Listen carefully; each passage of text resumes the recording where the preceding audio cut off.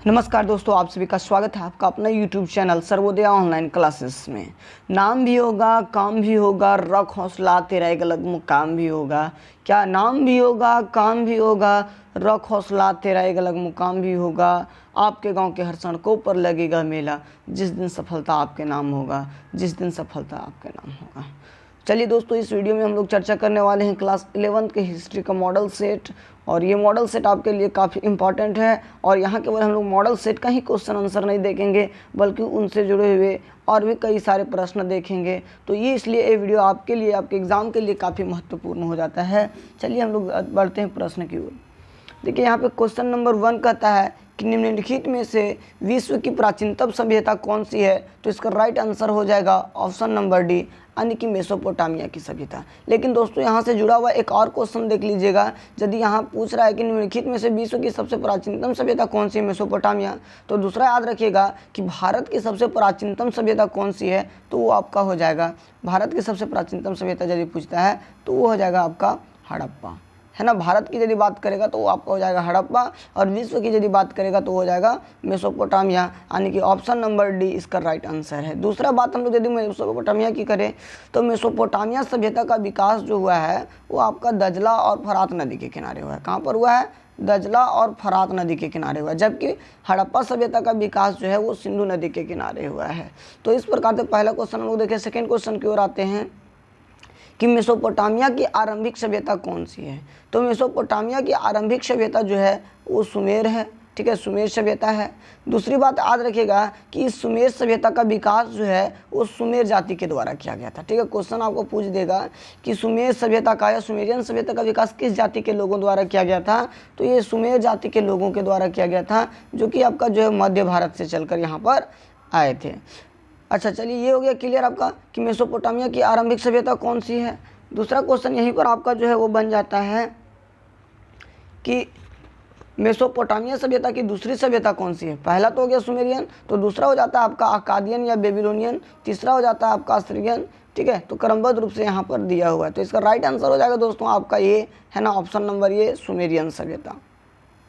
चलिए question number 3 की ओर हम लोग आते हैं। देखिए क्वेश्चन नंबर 3 आपका कहता है कि मेसोपोटामिया की सभ्यता किस नदी के किनारे विकसित हुई। अभी हम लोग बताए कि दजला और फरात, ठीक है। तो यहाँ ऑप्शन आपको देना चाहिए दजला और फरात दोनों देना चाहिए, लेकिन खैर इसमें से आप इसको लेकर चलिएगा दजला नदी के किनारे, ठीक है। लेकिन दोस्तों ये पैटर्न आपका गलत है, ये ऑप्शन आपका गलत है। जब भी क्वेश्चन आपका यहाँ सेट करेगा तो दजला फरात एक शब्द करेगा, ठीक है। दूसरी बात यहाँ पर मेसोपोटामिया से रिलेटेड महत्वपूर्ण चीज़ जान लीजिए कि मेसोपोटामिया शब्द जो है, ठीक है, मेसोपोटामिया शब्द जो है, ये मेसोपोटामिया शब्द आपका जो है वो यूनानी भाषा का शब्द है, ठीक है। मेसोपोटामिया किस भाषा का शब्द है? यूनानी भाषा का शब्द है। क्वेश्चन पूछ सकता है कि मेसोपोटामिया किस भाषा का शब्द है। तो मेसोपोटामिया आपका जो है वो यूनानी भाषा का शब्द है। और मेसोपोटामिया का शाब्दिक अर्थ क्या होता है? तो दो नदियों के बीच का क्षेत्र होता है ना। चलिए क्वेश्चन नंबर 4 की ओर हम लोग देखते हैं। क्वेश्चन नंबर 4 क्या कहता है कि बेबीलोन नगर का प्रमुख देवता क्या था, ठीक है, कौन था। तो बेबीलोन का प्रमुख देवता जो था वो मरदुक था।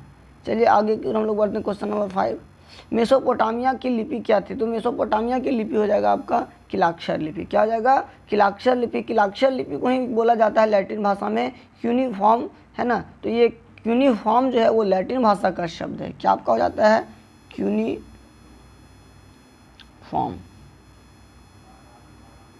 ठीक है। ये किलाक्षर लिपि का अंग्रेजी रूपांतरण क्या हो जाता है? क्यूनिफॉर्म। और ये क्यूनिफॉर्म आपका जो है वो लैटिन भाषा के शब्द से लिया गया है, जिसका अर्थ होता है खूंटी के आकार से बनाना। क्योंकि ये क्यूनिफॉर्म दो वर्डों के मेल से बना है, दो शब्दों के मेल से बना हुआ है, क्यूनिस जोड़ फोर्मा। क्यूनिस का अर्थ होता है खूंटी और फोर्मा का अर्थ होता है आकार से बना हुआ, ठीक है। चलिए आगे की ओर हम लोग बढ़ते हैं। क्वेश्चन नंबर 6 की ओर। मेसोपोटामिया में युद्ध एवं प्रेम की देवी को क्या कहते थे। तो इसका राइट आंसर हो जाएगा आपका ऑप्शन नंबर सी। इसका राइट आंसर हो जाएगा आपका क्या? Option number C. इसके अलावा यहाँ पर याद रखिएगा दोस्तों, यदि आपको पूछ देगा कि मेसोपोटामिया में पृथ्वी के देवता को क्या कहा जाता था, या सुमेरियन सभ्यता में क्या कहा जाता था पृथ्वी के देवता को, तो आपका राइट आंसर हो जाएगा इनकी। और ये काफ़ी इम्पोर्टेंट है। दूसरी बात याद रखिएगा कि वायु देवता को क्या कहा जाता था, तो उसका राइट आंसर हो जाएगा एनलिन, है ना। तो ये आपको याद रखनी है। नेक्स्ट क्वेश्चन की ओर बढ़ते हैं। असुरबनिपाल ठीक है। असुरबेनीपाल कहाँ के शासक थे? तो असुरबेनीपाल जो है वो असीरिया के शासक थे और ये असीरिया संस्कृति के सबसे महान शासक के तौर पर जाने जाते हैं असुरबनीपाल, ठीक है, जो तपश्रुति में माहिर थे। क्या किस में माहिर थे? तुपश्रुति। पूछ देगा कौन से शासक जो है वो तुपश्रुति में जो है वो माहिर थे, तो वो आपका कौन हो जाएगा? असुरबनीपाल। भाई देखिए, अब यहाँ आपके मन में एक सवाल उठ रहा होगा कि सर ये तुपश्रुति होता क्या है? तो तुपश्रुति का मतलब होता है मिट्टी की पट्टी पर लिखने में माहिर, है कि नहीं? मतलब मिट्टी पर लिखने में आपका जो माहिर होता है, ठीक है, वो आपका क्या कहलाता है? तुपश्रुति कहलाता है। आगे की ओर बढ़ते हैं। मेसोपोटामिया के उर देवता किससे संबंधित है? तो इसका राइट आंसर हो जाएगा ऑप्शन नंबर ये, सूर्य देवता से संबंधित है। क्वेश्चन नंबर 9 की ओर आ जाते हैं। गिलगामेश महाकाव्य का संबंध किससे है? तो इसका राइट आंसर हो जाएगा ऑप्शन नंबर बी, मेसोपोटामिया से। गिलगामेश महाकाव्य के बारे में एक चीज़ और जान लीजिए कि ये महाकाव्य जो है वो 12 पट्टी पर लिखा हुआ है। 12 पट्टी कहने का मतलब है दोस्तों कि पहले जो है मेसोपोटामिया सभ्यता में जो लिखा जाता था वो पट्टिकाओं पर लिखा जाता था, ठीक है, वो मिट्टी का बना होता था, उसी पर लिखा जाता था। तो उस तरह से 12 पट्टिकाओं पर इस महाकाव्य की रचना की गई है और इस पट्टिकाओं की ध्यान रखिएगा कि उस पट्टिकाओं की जो मोटाई होती थी वो 3.5 सेंटीमीटर होता था, है ना। दूसरी बात है यहाँ पर याद रखिएगा कि गिलगामेश को जो है विश्व का प्राचीनतम कोश भी कहा गया है, ठीक है, विश्व का प्राचीनतम कोश भी कहा गया है। आगे की ओर आते क्वेश्चन नंबर 10, है ना। जिगुरात का संबंध निम्नलिखित में से किससे था? जिगुरात का संबंध निम्नलिखित में से किससे था? तो जिगुरात का अर्थ यहाँ पर संबंध जो है वो है मंदिर से, यानी कि ऑप्शन नंबर ये इज राइट आंसर। अब यहाँ पर देखिए जिगुरात का अर्थ होता क्या है? जिगुरत या जिगुरात का अर्थ होता क्या है? तो जिगुरात का अर्थ होता है आपका स्वर्ग की पहाड़ी। क्या होता है? जिगुरात का अर्थ क्या होता है? स्वर्ग की पहाड़ी, ठीक है, स्वर्ग की पहाड़ी। देखिए मेसोपोटामिया सभ्यता में जो ऊंचे ऊंचे मंदिर बने हुए थे ना, उन्हीं ऊंचे ऊंचे मंदिरों को जो है वो जिगुरात शब्द से संबोधित किया गया था, ठीक है। अर्थात कह सकते हैं इसका संबंध मंदिर से है और इस जिगुरात का अर्थ होता है स्वर्ग की पहाड़ी। क्या? स्वर्ग की पहाड़ी, ये स्वर्ण नहीं है, स्वर्ग की पहाड़ी होगा। आगे की ओर बढ़ते हैं। क्वेश्चन नंबर 11, कौन सा साम्राज्य 3 महाद्वीप एशिया, अफ्रीका और यूरोप तक विस्तृत था? तो इसमें से राइट आंसर हो जाएगा ऑप्शन नंबर सी, ए और बी दोनों। चूँकि रोमन साम्राज्य और ईरानी साम्राज्य दोनों जो है वो 3 महाद्वीपों में फैले हुए हैं, एशिया, अफ्रीका और यूरोप में। आगे हम लोग देखते हैं रोम किस नदी के किनारे बसा हुआ है? तो रोम, इसका राइट आंसर हो जाएगा टाइबर नदी के किनारे। दूसरा चीज़ याद रखिएगा कि रोम नगर की स्थापना जो है वो रोम्यूलस के द्वारा किया गया था, ठीक है। बहुत इंपॉर्टेंट क्वेश्चन है भाई कि रोम की स्थापना किसने की टाइबर नदी के किनारे? तो रोम्यूलस ने किया। किसने किया? रोम्यूलस ने किया। दूसरी बात याद रखिएगा, इस रोम नगर को जो है वो आपका 7 पहाड़ियों का नगर कहा जाता है, ठीक है। इस रोम को जो है वो 7 पहाड़ियों का नगर भी कहा जाता है। तो ये 2 क्वेश्चन इससे रिलेटेड और भी है जो आपको याद रखनी है। क्वेश्चन नंबर 13 की ओर बढ़ते हैं। रोम के आरंभिक निवासी किस प्रजाति के थे? तो रोम की आरंभिक निवासी जो है वो आपका एट्रिस्कन प्रजाति के थे, यानी कि option number D is right answer. Question number 14 की ओर आते हैं। रोम का पहला शासक कौन था? पहला सम्राट कौन था? तो इसका राइट आंसर हो जाएगा अगस्टस सीजर। रोम का वास्तविक संस्थापक पूछे, रोम का वास्तविक शासक पूछे, ठीक है, रोम का वास्तविक शासक पूछे तो इसका राइट आंसर दोनों का हो जाएगा आपका अगस्टस सीजर। तो यहाँ पर सिंपली आपका पूछा पहला सम्राट, यदि यहाँ पर पूछ देगा आपको कि वास्तविक शासक कौन था तो भी होगा अगस्टस सीजर। देखिए अगस्टस सीजर का जो है ना वो मूल नाम अगस्टस सीजर नहीं था, ये इनका उपाधि है। इसका मूल नाम जो था वो था ऑक्टिवियन। क्या नाम था? ऑक्टिवियन। इसका मूल नाम जो था आपका था ऑक्टिवियन। इसको अगस्टस का जो है ना वो उपाधि मिला है। अच्छा, इसको जो है अगस्टस सीजर को जो है, अगस्टस सीजर का यदि बात करें तो इनको अगस्टस के अलावे जो है और भी उपाधि मिला है, जैसे इम्परेटर की उपाधि मिला है ना, इम्परेटर की उपाधि मिला है, उसके बाद प्रिंसेप की उपाधि मिला है, ठीक है। तो इसको इस तरह से अन्य कई उपाधि मिला है, ठीक है। आगे की ओर बढ़ते हैं। कुस्तुनतुनिया नगर की स्थापना किसने किया? तो कुस्तुनतुनिया नगर की स्थापना दोस्तों कॉन्स्टेंटाइन महान ने किया, यानी कि option number B is right answer. अब कॉन्स्टेंटाइन महान को देख लीजिए कि ये कॉन्स्टेंटाइन महान जो है वो रोमन साम्राज्य में मुद्रा संबंधी परिवर्तन के लिए जाने जाते हैं। किस संबंधी परिवर्तन के लिए जाने जाते हैं? मुद्रा संबंधी। अच्छा, मुद्रा में इन्होंने परिवर्तन क्या कर दिया था भाई? तो चांदी का जो मुद्रा चलता आ रहा था ना भाई, उस चांदी की मुद्रा को हटा दिया और उसके जगह पर सोने का मुद्रा ले आया, जिसको जिसको सॉलिडस कहा जाता था, और पहले चांदी का जो मुद्रा चलता था उस चांदी को मुद्रा को जो है वो दिनारियस के नाम से जाना जाता था। अब आते हैं क्वेश्चन नंबर 16 की ओर। क्वेश्चन नंबर 16 कहता है कि रोमन साम्राज्य का प्रसिद्ध चिकित्सक था, तो उसका राइट आंसर हो जाएगा गैलन। ठीक है, option number B is right answer. आगे क्वेश्चन नंबर 17, गैलेडिटियर किन्हें कहा जाता है? तो गैलेडिटियर जो है वैसे पहलवानों को कहा जाता है, ठीक है, जो योद्धा गुलाम पहलवान होते थे उनको जो है गैलेडिटियर कहा जाता था। ठीक है, option number D is right answer इसका हो जाएगा। रोमन साम्राज्य की मुख्य भाषा क्या थी? तो लैटिन थी। रोमन साम्राज्य की मुख्य भाषा क्या थी? लैटिन थी। आगे की ओर बढ़ते हैं। ड्रेसल 20 क्या था? तो ड्रेसल 20 जो है एक मिट्टी का बर्तन था, और ये वही ड्रेसल 20 है जो टैंकर टाइप से काम करता था, कंटेनर टाइप से काम करता था, और इसमें जो है वो जैतून का तेल जो है भरकर ट्रांसपोर्ट किया जाता था। कोलोसियम क्या है? तो कोलोसियम जो है वो एक अखाड़े का नाम है, ठीक है, जिसकी स्थापना है ना, इस कोलोसियम की स्थापना जो है वो 79 ईस्वी में किया गया था। ठीक है, और इस अखाड़े में एक बार में जो है वो 45,000 दर्शक बैठ सकते थे। सोच सकते हैं दोस्तों कि उस प्राचीन सभ्यता में भी इतना बड़ा अखाड़ा का निर्माण किया गया था जहाँ पर एक बार में 45,000 दर्शक बैठ सकते थे। आगे क्वेश्चन नंबर 21 की ओर आते हैं। इस्लाम धर्म के संस्थापक कौन थे? तो इसका संस्थापक आपका हज़रत मोहम्मद साहब आ जाएगा, हो जाएगा आंसर, है ना, अर्थात ऑप्शन नंबर ये इज राइट आंसर। अब यहाँ से 2-3 बातें जुड़ी हुई याद रख लीजिएगा कि हज़रत मोहम्मद साहब, है ना, हज़रत मोहम्मद साहब का जन्म 570 ईस्वी में हुआ मक्का में। दूसरा, इनकी मृत्यु 632 ईस्वी में। ये दोनों याद रखिएगा। देखिए जिब्राइल जो है, ठीक है, जिब्राइल का इनको एक संदेश प्राप्त होता है 611 में। ठीक है, अबू बकर कौन थे? तो अबू बकर जो है वो इस्लाम धर्म के पहले खलीफा माने जाते हैं। ठीक है, और अली कौन थे? तो अली जो है वो पैगंबर मोहम्मद साहब के दामाद थे, यानी इनकी पुत्री, इनकी बेटी जो थी फातिमा, ठीक है, फातिमा बीवी, इस फातिमा की जो है वो पति थे अली। ठीक है, आगे की ओर हम लोग बढ़ते हैं दोस्तों। क्वेश्चन नंबर 22, इस्लाम धर्म की स्थापना कहाँ हुई थी? तो इस्लाम धर्म की स्थापना आपका जो है हो जाएगा मक्का में, यानी कि ऑप्शन नंबर ये इज राइट आंसर। ठीक है, अब आगे की ओर हम लोग देखते हैं कि इस्लाम में हिजराया या हिजरत किस घटना को कहा जाता है? तो इसका राइट आंसर हो जाएगा ऑप्शन नंबर सी, मोहम्मद साहब द्वारा मक्का से मदीना जाने की घटना को जो है वो हिजराया या हिजरत घटना कहा जाता है। देखिए ये घटना आपका घटता है 622 में।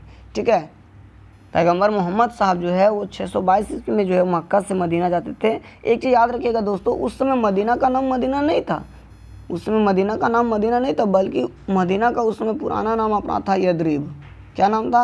अदरीब। लेकिन पैगंबर साहब जो वहाँ पर पहुँचे, ठीक है, इसलिए उस उपलक्ष्य में, उस खुशी में मदीना अदरीब का नाम जो है वो रखा गया मदीनत उन नबी, जिसका मतलब होता है नबियों का शहर, जिसका अर्थ क्या होता है? नबियों का शहर। और यही मदीनत उन नबी धीरे धीरे मदीना में तब्दील हो गया।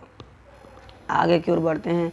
पहले खलीफा कौन थे? तभी हमने बताया अबू बकर, दूसरा खलीफा उमर, तीसरा खलीफा उस्मान, और चौथा खलीफा अली। तो यहाँ सीरियल से बैठा दिया, बहुत अच्छा है, याद रह जाएगा। पहला अबू बकर, दूसरा उमर, तीसरा उस्मान, चौथा अली। आगे की ओर देखते हैं क्वेश्चन नंबर 25, इस्लाम धर्म के संस्थापक हज़रत मोहम्मद साहब अरब कबीले के किस जाति के थे? तो देखिए यहाँ पर ध्यान दीजिएगा, यहाँ पर आपको पूछ रहा है किस जाति के, है ना, कबीले के किस जाति के थे, तो आपका राइट आंसर हो जाएगा बदू। और यदि पूछ देता किस कबीले के थे, केवल कबीला तक ही रख देता, तो कबीला हो जाता है आपका कुरैश कबीला। ठीक है, कुरैश कबीला। दूसरी बात पूछ देगा बदू जाति के लोग कैसे होते थे? तो ये जाति के लोग जो है वो घुमंतू समुदाय के होते थे, घुमंतू प्रवृत्ति के होते थे। आगे आपका क्वेश्चन है, इस्पात की तलवारों के निर्माण के लिए किस स्थान की ख्याति थी? तो राइट आंसर हो जाएगा ऑप्शन नंबर बी, दमिश्क की हो जाएगी। आगे है कि इस्लामी दर्शन सबसे अधिक प्रभावित किससे हुई है? तो राइट आंसर हो जाएगा ऑप्शन नंबर ये, यूनानी दर्शन से। शहनामा की रचना किसने किया? तो इसका राइट आंसर हो जाएगा फिरदौसी ने। आगे पैगंबर मोहम्मद के प्रतिनिधि को क्या कहा जाता था? खलीफा। और ये खलीफा समझिए तो इस्लाम धर्म का सबसे सर्वोच्च पद था, सर्वोच्च धार्मिक पद है ना आपका खलीफा। पहले खलीफा भी हम लोगों ने देखा अबू बकर थे, दूसरा हम लोग देखे उमर, तीसरा उस्मान, चौथा अली। देखिएगा इस खलीफा के पोस्ट को ख़त्म किया गया 1924 में। ठीक है, 1924 में जो है इस पद को हटाया गया है। क्वेश्चन नंबर 30 की ओर आते हैं। पैगंबर मोहम्मद साहब की माता का नाम क्या था? तो पैगंबर मोहम्मद साहब की माता का नाम था अमीना। देखिए याद रखिएगा, अम्मी से अमीना, अम्मी से अमीना। और इनके पिता का नाम यानी कि अब्बू का नाम, तो अब्बू से याद रखिएगा अब्दुल्ला। अब्बू से क्या याद रखिएगा?